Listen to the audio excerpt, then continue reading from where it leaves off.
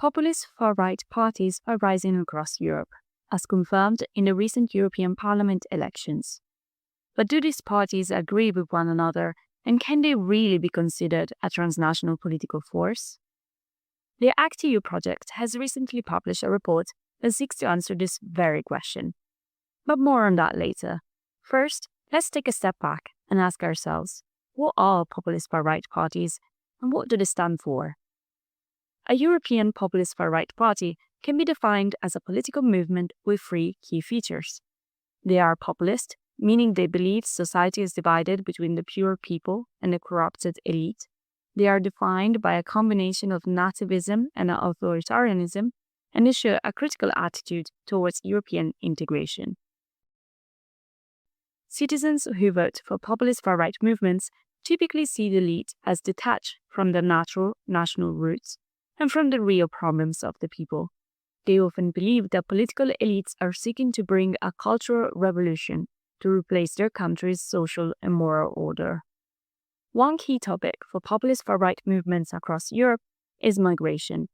Particularly since the 1990s, Muslim migration has become the dominant target of populist far-right criticism. Given the populist far-right stance on nativism, their focus on migration is unsurprising.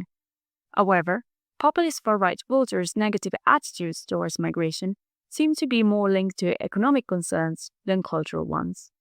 This opposition towards migration has risen significantly in the last 25 years. After the so-called 2015 migration crisis, far-right movements from Western and Eastern Europe converged, advancing a common agenda towards anti-immigrant stances.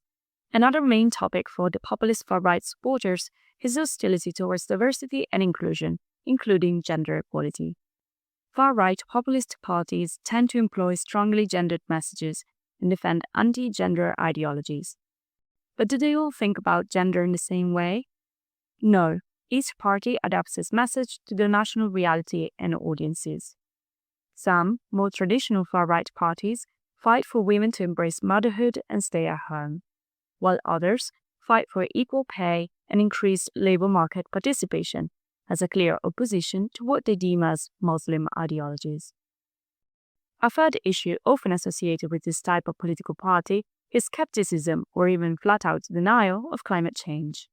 Climate protection is often viewed as something imposed by the international elites that threaten the well-being and economic security of citizens. Even in this case, however, national context play a major role, as some national parties reject climate protection but still consider climate change an important issue, while others admit that protection is necessary.